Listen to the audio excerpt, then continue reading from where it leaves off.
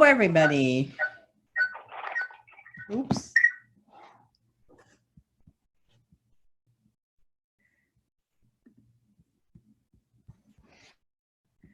Okay, we're good. You can go ahead. Good.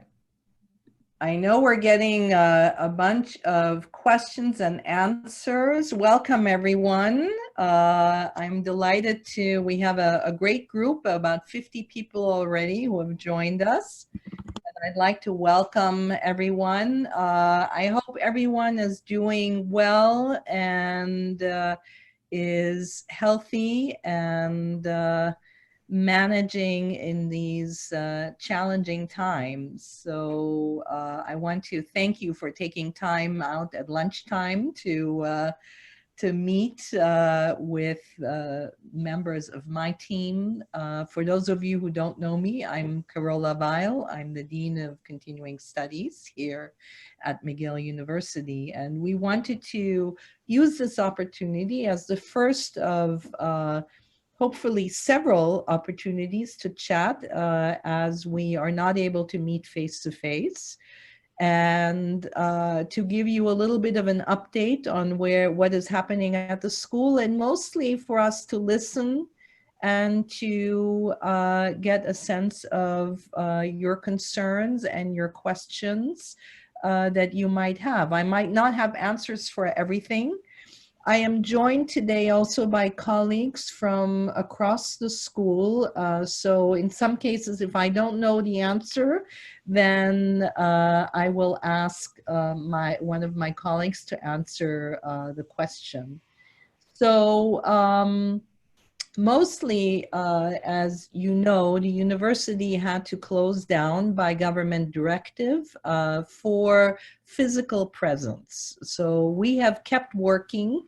It may have felt like a holiday for some people, but I can assure you that our team and all of our instructors have been working around the clock for the last several weeks to make sure that we can transition our teaching and all of the services that you as learners here at SCS deserve and need and want, that those services and that instruction can continue as uninterrupted as possible. I know that there were some concerns from some of you who were already taking online courses about why did we have to interrupt for 2 weeks when we were already online. But the sense was that given that the majority of our courses were not online, we had to make sure that we could provide appropriate service and support to all of our instructors at the same time. And so it was for that reason that we had to put a pause on teaching, even if it was online, so that we could ensure equitable treatment of all of our students and all of our instructors and staff. So I think, leave it here. Let me just say we've received, and I want to thank everyone for, and may I recommend that if you're not, mute your microphones, and that way we don't have a lot of noise. I can also, if you open up the chat function, there is an opportunity for you to raise your hand. If you click on participants, you can, there is an option for you to raise a hand, because I might not see everyone's, we have many participants. I won't be able to see everyone's hand if you raise it. So if you have a question, please raise your hand or put say in the chat that you have a question, and we'll try to get to it as quickly as we can. I also have asked some of my colleagues to monitor the chat in case I miss someone, so they will let me know if we have questions that we have not yet addressed. Well, I want to thank everyone who had sent in questions early on. And a number of the questions, we had quite a number of questions around that really can be addressed very well by our client services.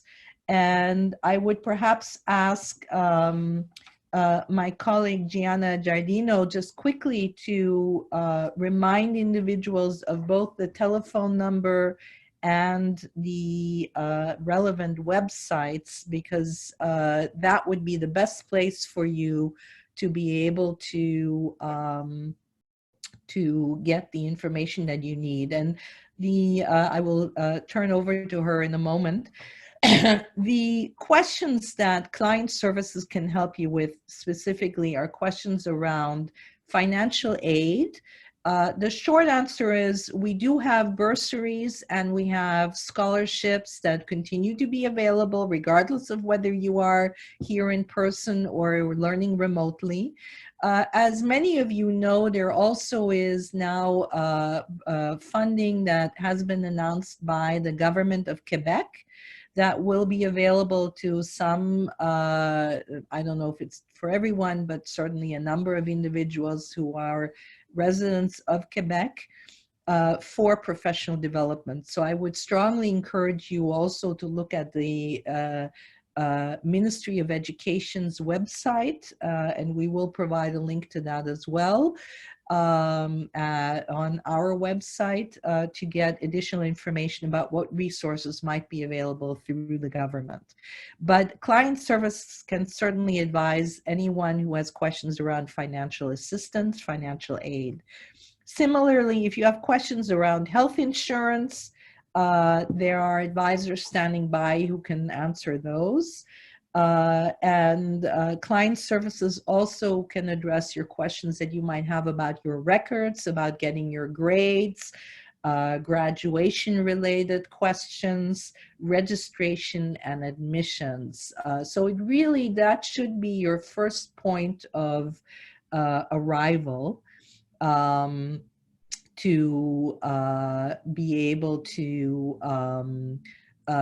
be able to get answers to your questions. And if they cannot answer them, then they will direct you to the right person within the school or elsewhere at the university if it's something that goes beyond the school.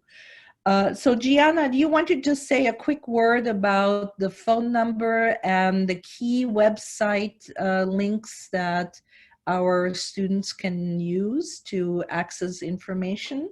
Yes, not a problem. Thank you, Carola. Good afternoon, everyone. I'm Jenna Giardino, and I just wanted to highlight, in order to assist all of our students, some key information that you can access. At Client Services, as you know, we are also working remotely, so just be patient with us. We are addressing as many of the inquiries as possible, as fast as we can. But basically, all of the essential services are being provided. So just so you know, we are continuing to process admissions. We are presently accepting and processing registrations for the spring-summer term. If you have any inquiries, as Carola, our dean, mentioned, please do not hesitate to contact us. So the first place that you need to connect with us at is the best way to connect with us at this time is to actually get your inquiry in writing as much as possible. So the first place you can contact is info.conted@mcgill.ca. And if you need to reach us by phone, the phone number is 514-398-6200. So I'm going to repeat that. That's info.conted@mcgill.ca. The number is 514-398-6200. Now, for those of you that have already applied to a program or have inquiries regarding submission of documents for your application or have questions about your admission, please contact our admissions office within Client Services in writing at admissions.conted@mcgill.ca. I will repeat that. That's admissions with the S as plural, .conted@mcgill.ca. If you are in need of speaking with an advisor, we have academic advisors that can support you.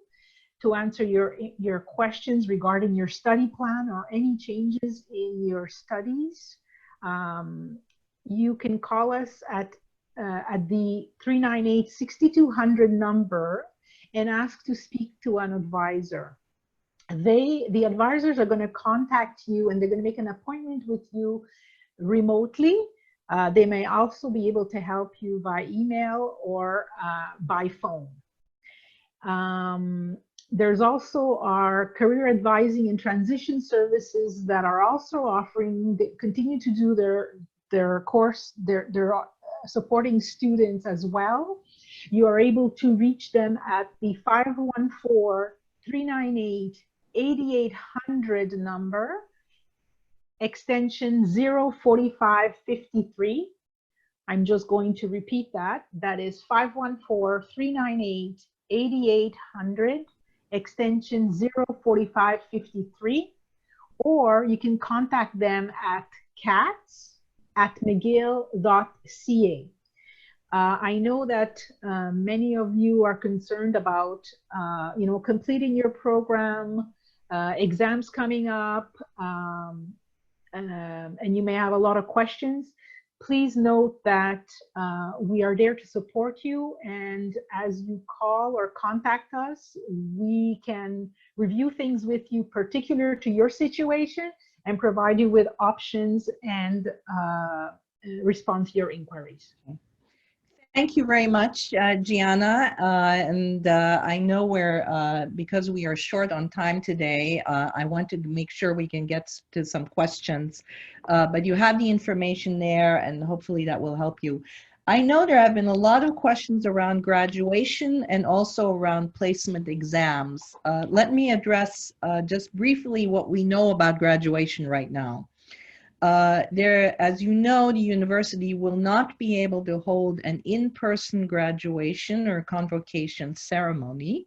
However, nothing changes with regard to your status. So if you are completing your coursework and you are eligible for graduation and you have been determined to be eligible for graduation, your record will reflect that.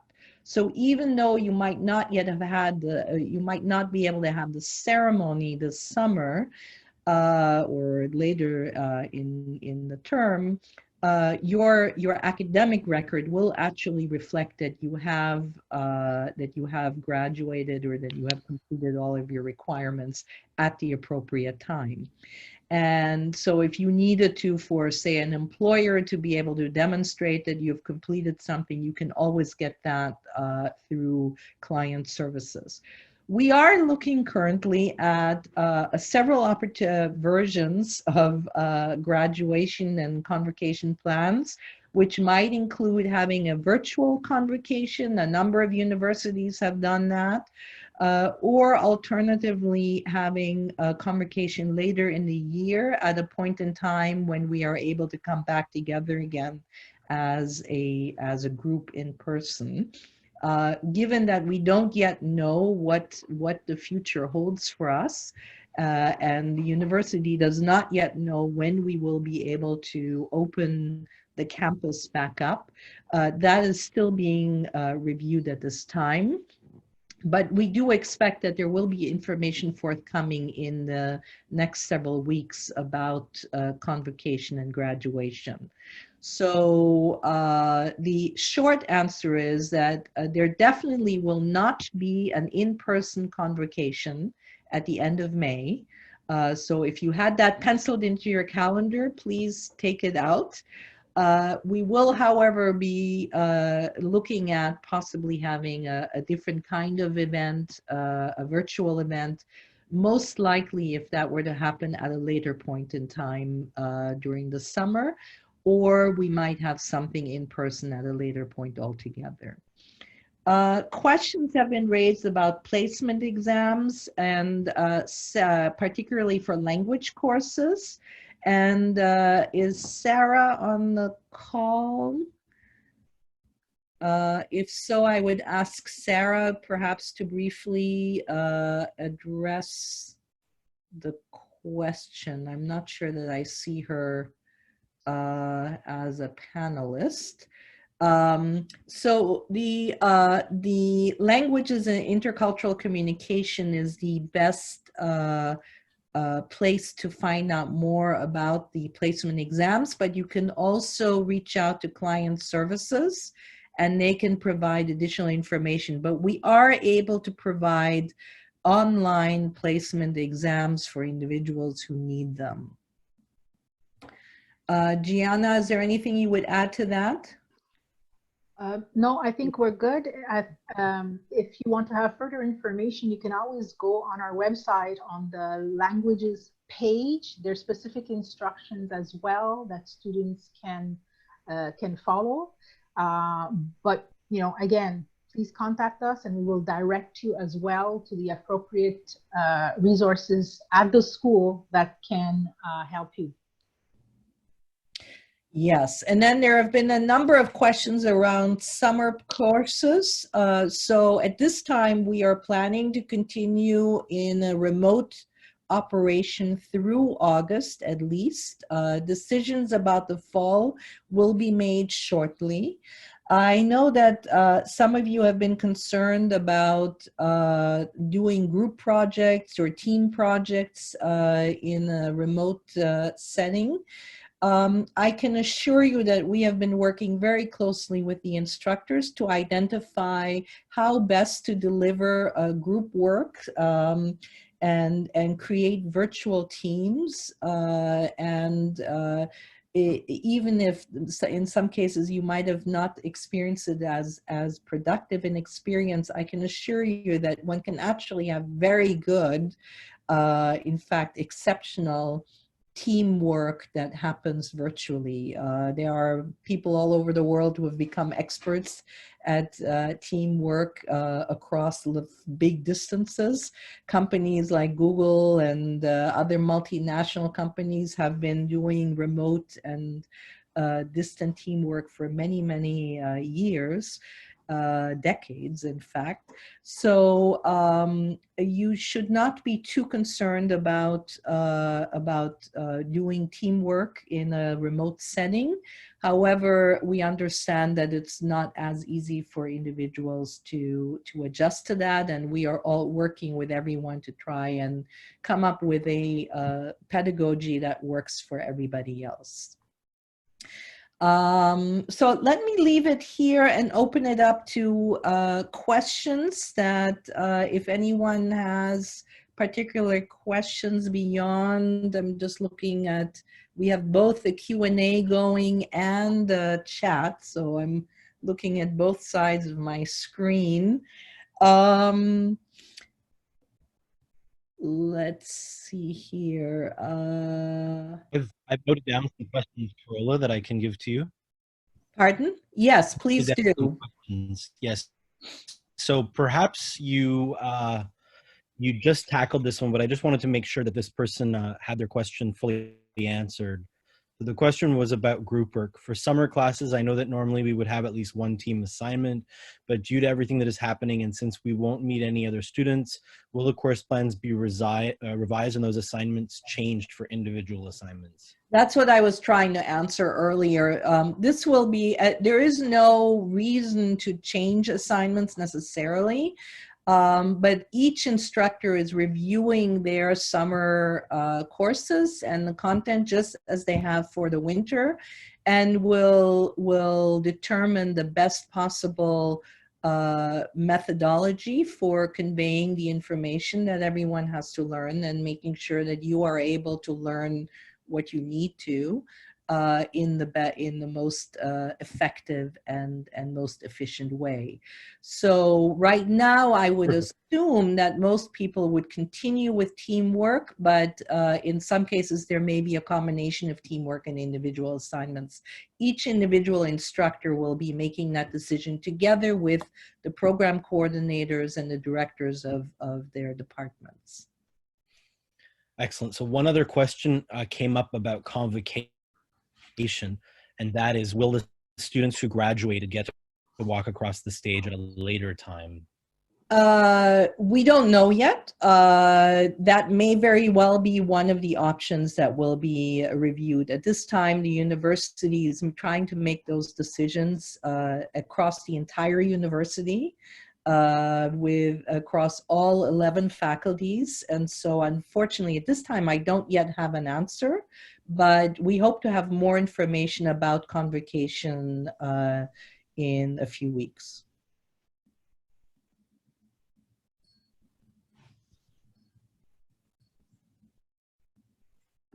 All right, we have a question about exams.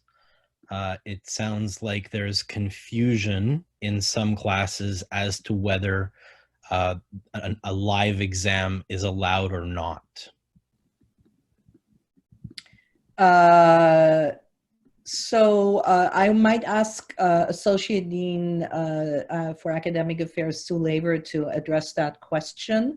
But the short answer is that we are offering the opportunity for timed exams, but within a larger window of time. Each instructor has adjusted their course syllabus as much as possible to accommodate the new circumstances. So I don't know that there would be any live exams at this time, but there may be some where we were not able to adjust completely. But Sue, would you be able to address that question? Yeah, I would just basically repeat what's been said. If by live exams, that means on-site exams, the answer is no, there will be no on-site exams at all because of the campus closure and the directives from the government. But all instructors have been working with their program coordinators and their directors to rethink the timed exam situation. And that should have been communicated to you by now by your instructor. So there will still be final exams, and normally final exams are 3 hours, but instructors will be giving students a larger window to complete a 3-hour exam, because we understand that for any number of reasons, people might not have the circumstances anymore to sit for a 3-hour continuous period without interruption. So you should be hearing from your instructors about the time window they're going to allow for a 3-hour exam. Thank you, Sue. Other questions? Yeah, we have some questions on summer courses. Yes. The first one is, have the summer classes available been modified? How have they been modified? Have they been modified? I think it's a question of, is the schedule different? Are there some courses added? Are there some courses canceled? Yes, there will be some modifications, and you should always look at the most up-to-date schedule that is posted. And if you have a question about a course, whether or not it's being offered, I would strongly recommend that you reach out to client services and or your program directly to determine whether or not the course will be offered. We are trying to offer as many of the courses that we previously had, but again, they will all be offered remotely. And so in some cases, we might not be able to offer exactly the same course, because if it required, I don't know, a lab, for example, it might be a little bit more difficult to do that. But we are currently trying to offer as many of the courses that would have been normally offered in the summer as possible. There are some programs where there generally is not a summer offering, where we tend to work on a fall and winter schedule. And in those cases, we might be looking at adding some courses that may not have been there before, or there may not be a course available in the summer. But I would generally say, we are particularly concerned to make sure that individuals who are trying to complete their programs can do so in a timely fashion. If you are missing a course and you are looking for a particular course that you are not seeing online, in the calendar, in the schedule of courses, please do reach out to us so that we can determine whether or not that course it can be offered. I should note that we are unable to offer courses if there are only 1 or 2 students in the class. It makes it very difficult for us to run a course, and frankly, it's not a very good experience for you as a student to be in a class with just yourself. And so in those cases, we may have to cancel some courses if they are under-enrolled. So if you know of classmates who are looking to take the same course, make sure that they're registering so that all of you can be enrolled in the same class. All right, we've got a question about time zones. Will individuals attending online courses this summer be required to attend mandatory class times if they're located in a different time zone? We are trying to adjust schedules to accommodate different time zones. That will not be possible in all cases. Again, there may be times where you will have to attend the class at the appropriate time. However, we are also trying to make available as many assignments as possible and recordings of lectures so that individuals could catch up on the lecture and or the assignments in their own time zone. And of course, instructors will have office hours, virtual office hours, by appointment, and as well as their standard office hours, so that you would hopefully be able to connect with your instructor at a time that works for both of you in most instances. Dr. Laver, would you want to add anything to that, to the question of accommodating different time zones? Again, I'd just say that this is something that the school is very well aware of, that many students are no longer in the Montreal time zone. So instructors and coordinators and directors are thinking very hard about how to rethink lectures and assignments so that they can be completed by people in different time zones.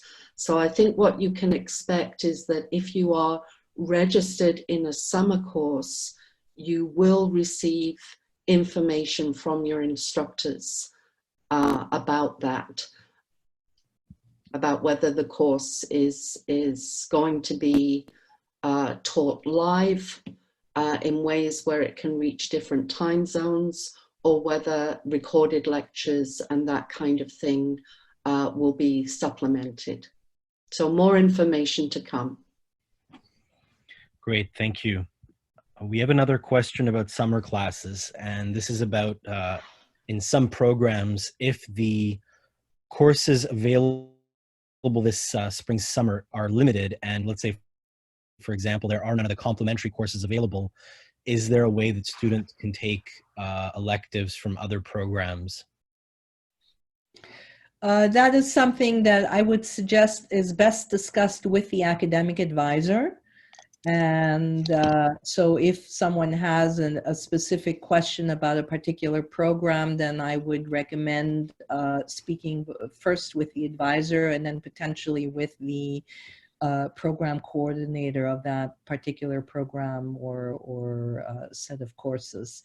It would be difficult for me to make a general answer. It really depends on the subject area and the program that we have. I know there was also a question about, and perhaps I don't quite, it would be helpful to get clarification on that. How can we offer support and help in the situation besides staying at home? At this point, you know, the university, as you know, has a strong medical faculty, and many of our members of our community are involved in fighting and in responding to the coronavirus crisis, and making sure that all of our community stays well and healthy. Some people do get sick, and what we are particularly aware of is the challenge of having to balance your family life and your professional life and your learning life all at the same time. And so we are trying to put as many resources as we can, provide access to as many resources as possible that can assist you also with mental health, that can provide you with additional information that you might have. I would encourage you to visit both the universities and the schools' COVID-19 pages on a regular basis. We are continuously adding new resources. If you need additional support or help that you are not finding through those links, please let us know. Reach out to our advisors, and you know, we will do our best to connect you with the resources that you might need or benefit from. So I'm not sure if that answered the question. We know that many of you are now without childcare. The university as a whole is trying to come up with some creative solutions for that. But that is also where we are asking our instructors to adjust and adapt course content, so that if you cannot sit there for 3 hours at a stretch, that perhaps you have more assignments that might be offered in an asynchronous fashion, that is, assignments that you can do at a time when is convenient for you. So it is something where we all have to work together. We need to hear from you when there are challenges that prevent you from learning, and we are continuing to try and come up with creative solutions for that.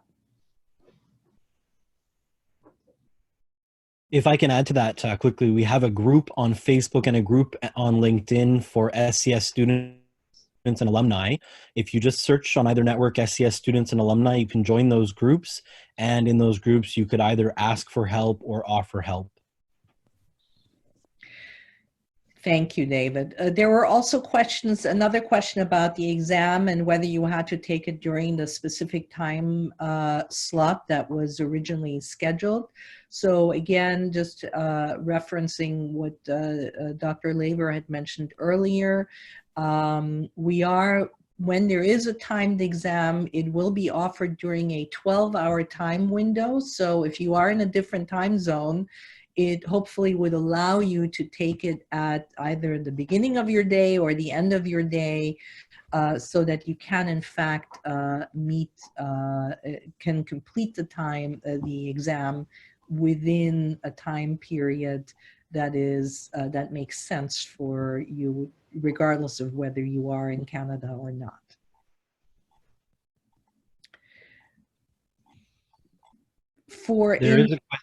Yeah. Sorry, go ahead. There is a question about the satisfactory, unsatisfactory option, if we could address that and explain how to. Yes, so we will have more information posted shortly about the SU option, but the satisfactory, unsatisfactory option gives you as a learner a choice about whether you want to accept a grade for the course or whether you would prefer simply to have an S or a U, a satisfactory or unsatisfactory, appearing on your transcript. In some cases, you might decide, you know, I could have done much better. I don't like the grade I received. I just wasn't at my best, but I will just take an S rather than a specific numerical or a letter grade.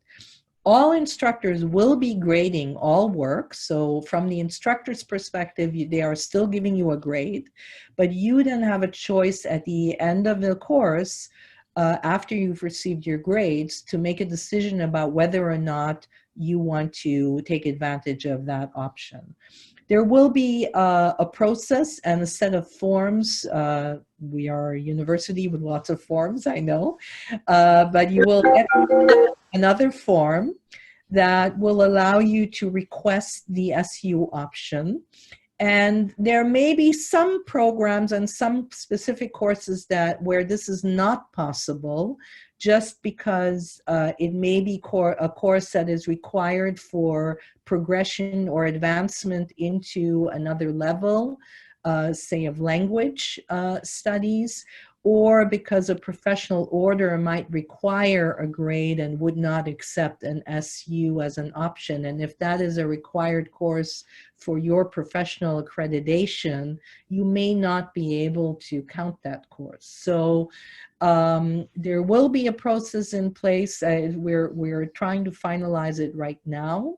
It is an option that students can review. All students will be able to exercise that option, but you might not be able to exercise it for all of your courses. So I would keep a close eye on the FAQs and on the student resource page on our website. And if you have a question about it that's not addressed on the website or through communication that you will receive, then please reach out to client services and they will connect you with the proper link to the form that you need to fill out. We have a question about materials for his classes in the spring, summer. Do students need to buy books? And if so, how would they do that? I will let Dr. Laver answer that. We've just had lots of back and forth communication with our bookstore. The bookstore will not be able at this point, I believe, to provide printed books, but we are making some arrangements. Dr. Laver. Yeah, this is a really good and an increasingly pressing question. As the Dean just said, the McGill bookstore will not be open.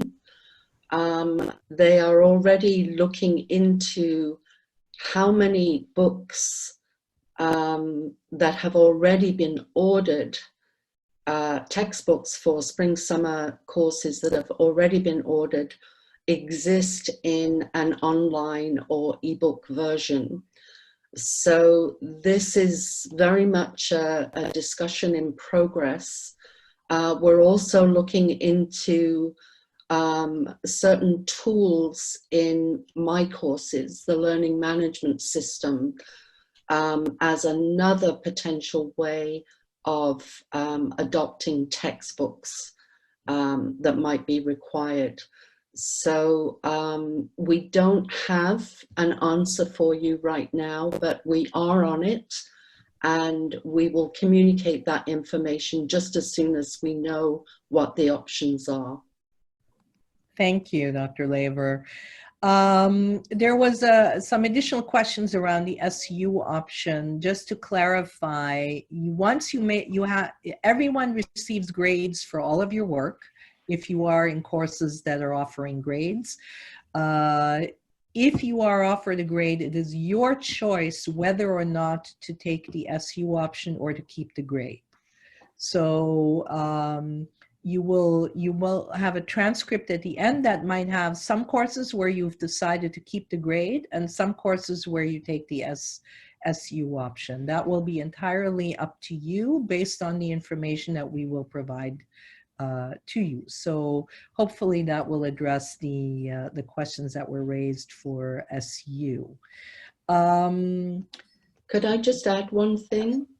Just to add that students have quite a lot of time to make that decision. So just to underscore what you said earlier, that you will know what your final grade is for the course, and then there will be I think students have until May 22nd to make that decision.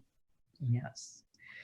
There were some questions around Zoom and instructors who might be struggling with Zoom, and I have to tell you, every single instructor has been given training if they were not already familiar with how to use the technology.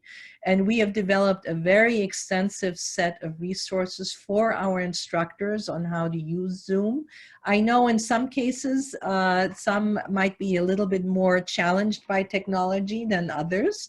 And if you are concerned, please reach out to your instructor also and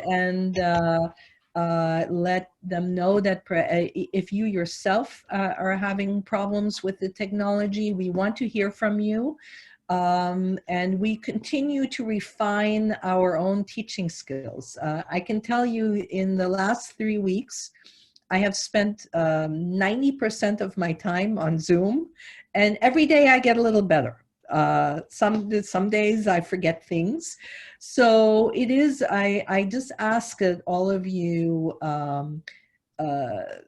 be patient, be tolerant of the fact that we all had to make this transition very quickly without advance warning.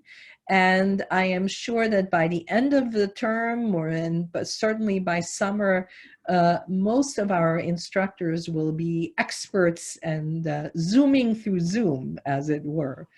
But I understand that for some, maybe the beginning was a little bit more challenging.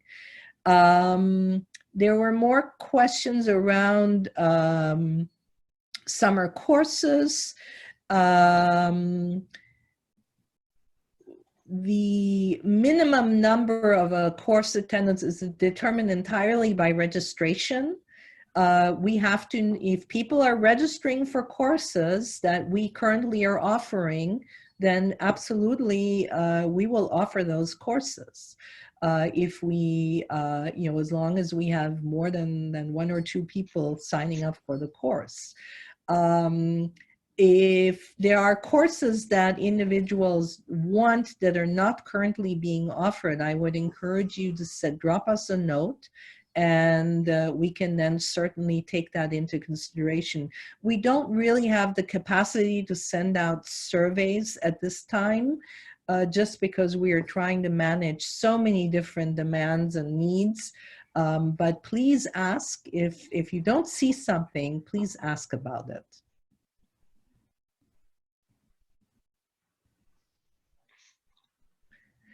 There are questions around tuition, and at this time, we are treating all courses that are delivered remotely or online exactly the same as a course that is offered face-to-face. The amount of work that goes into preparing a remote course or an online course is actually greater than the work that is involved when you do a course face-to-face in person.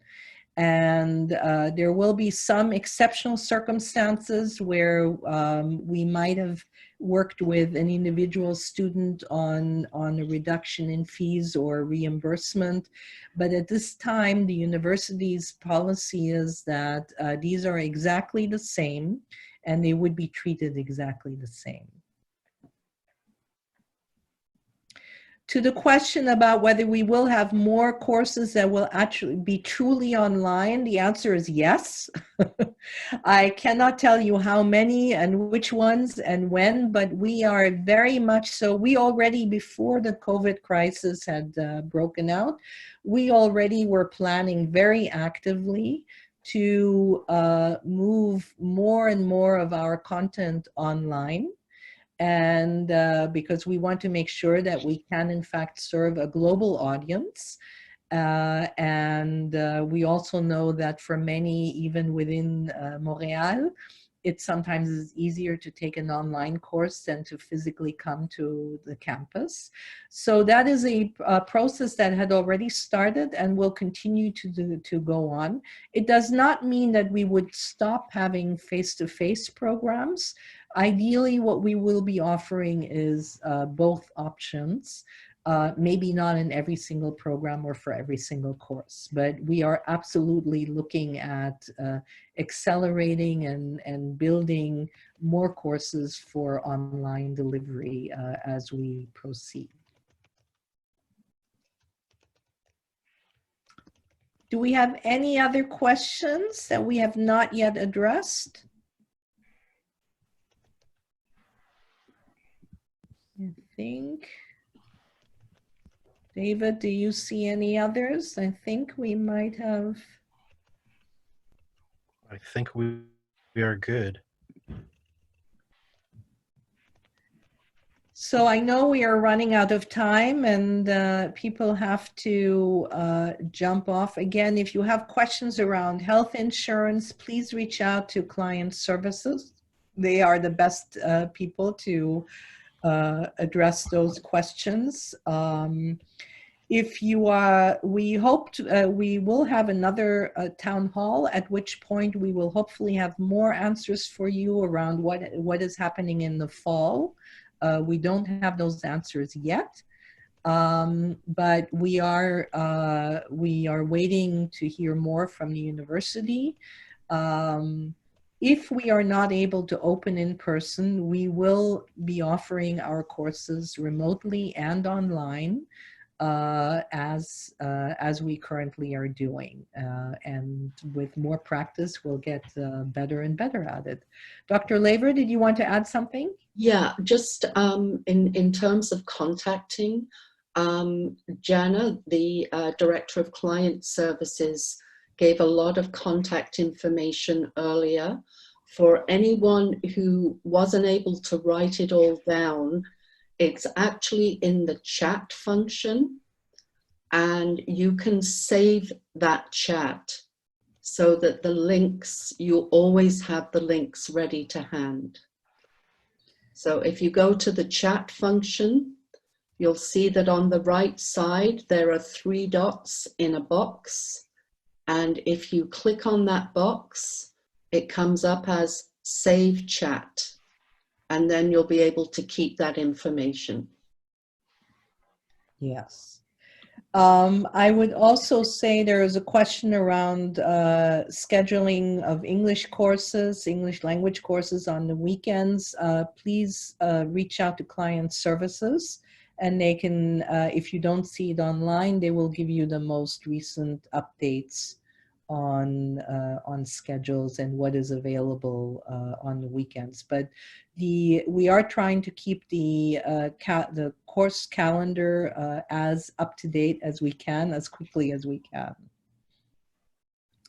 Carola, we had a question. What should a student do if their professor has said they're going to have a 3-hour timed exam?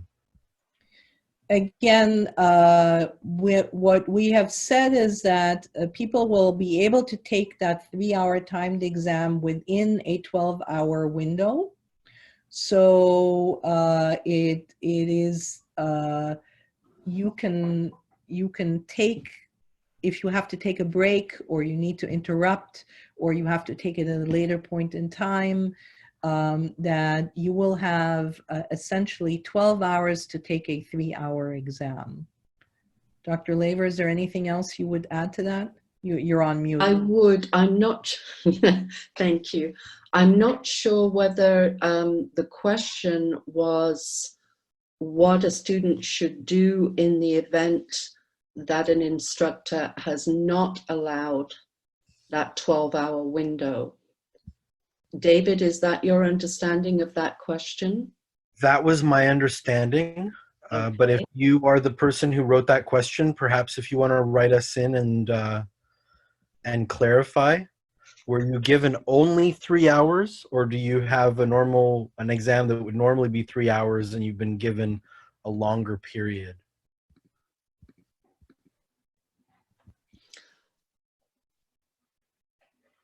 Yeah, Okay. the person has said, yeah, they've only been given a 3-hour window.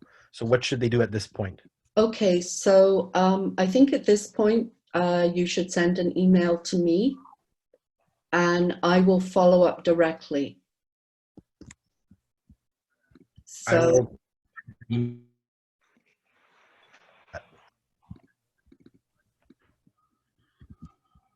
So I think David is perhaps putting my email address into the chat. We can, yes, there you go. There it is. So if you're in a course where you haven't been given a 12-hour window to write a 3-hour exam, please send an email to me and I will follow up directly with the department. I do see one additional question about financial assistance based on everything that's happened. Can we address that? What is the question? So the question is for people who had planned to work in the summer, but now cannot or will not be able to, how can they get help to pay for their studies? Yes. So again, we have bursaries and funds available for students. They're not they're limited, but we do have some emergency resources available. I would recommend that you first reach out to client services and mention what your specific need is or the concern, and then we will work with you to try and address those needs. We understand that the current employment situation will make it very difficult for individuals. And as in case you missed earlier, I would also strongly recommend that you look at the resources available through the government of Quebec. Every day there are new programs being offered and new financial support being made available, particularly to individuals who want to continue their professional development. And so you may be able to draw on some resources that are available through the government of Quebec. If you were impacted by COVID-19, you lost your job, you have been temporarily laid off, there also are resources that have been made available to some individuals for monthly subsidies. Again, that's not something that we can help you with. You'd have to go directly to the Government of Quebec website to get information about that. There is a list of resources for McGill students on the McGill website. So I've posted that link on special funding. There are options such as emergency loans and tuition deferrals. Thank you. There's another question around SU, and we will have, you will be able to find out what courses are eligible or not eligible. We are putting all of that information together as we speak, and we'll be able to provide more information on that hopefully in the next week or so at the latest. Are we able to answer? Sue? Sorry, Sue, I just wanted to ask. Go ahead, David. Yeah, I just wanted to ask at this time, are we able to answer the question of if somebody would like to use the satisfactory, unsatisfactory option, but there's the course is a prerequisite for another course. Does that course it's a prerequisite for? Do they need the grade? Or? It depends. It depends. So this will vary from program to program, and we will have to. Every program will have a set of different answers to that question. So that's why we are strongly recommending that if you wish to request an SU option, that you follow the form as soon as it is available.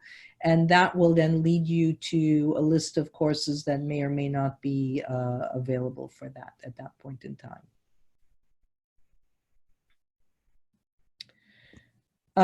We had a question about summer. Can we offer more courses for the second half of the summer so we can be full-time students?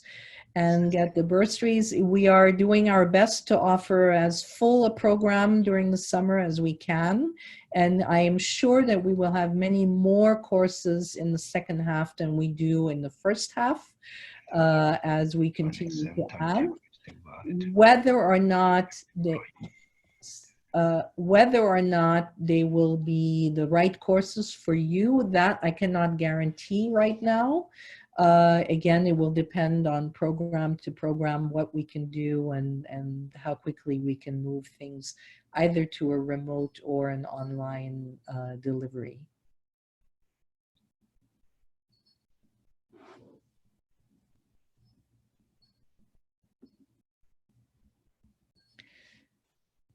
So I hope we have addressed all questions so far. People were asking about the Facebook group.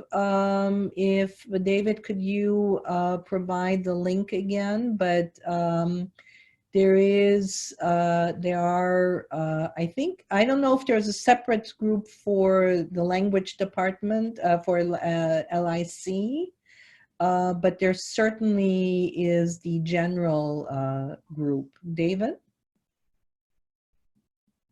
There is only one group, Okay. but there is a separate page for LIC. So if you want to follow the page, I'll put all the links into the chat. Okay. And yeah, we did post Dr. Laver's email, but it's her first name, period, last name at McGill.ca. So sue.laver@mcgill.ca.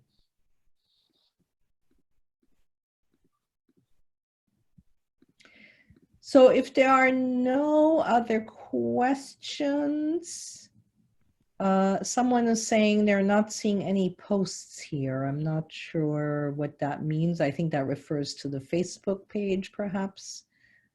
So David has just... Yes, the Facebook group, you have to request to join. And in a few minutes, I will give you, I will accept your, you just have to answer the one question, which is what program were or are you in? And then you are accepted. Great. And we do have one raised hand. Let me see who that is. Sorry, we have a long list. Perhaps we've answered. Kamal, you had a question.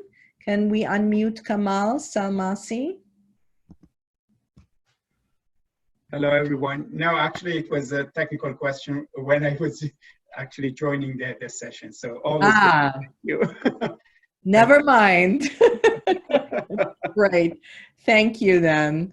So if there are no other questions at this time, I want to thank all of you for spending this past hour with me and with my colleagues.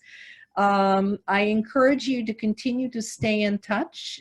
We want to hear from you. If you have good things to say, let us know. If there are complaints, we already hear, but we are always here to listen to you. And that is the purpose of these chats. And I hope that we can continue. If you like this forum, we will definitely continue it. We again are perfecting our way of communicating remotely all the time. We are always open to suggestions, and I do hope that you are all staying well and healthy. We think of you, we think of your families. We know that these are very challenging times. And I hope that you think of us as an extension of your family. We are here to support you as much as we can. We think of you as a part of our extended family. And together we will get through this. Ça va bien aller, n'est-ce pas? So thank you very much and have a good day. And we look forward to continuing the conversation. And I wish you so much success for the end of term and the beginning of the spring term. And happy holidays for those who are celebrating holidays in the next few days. Thank you. Goodbye.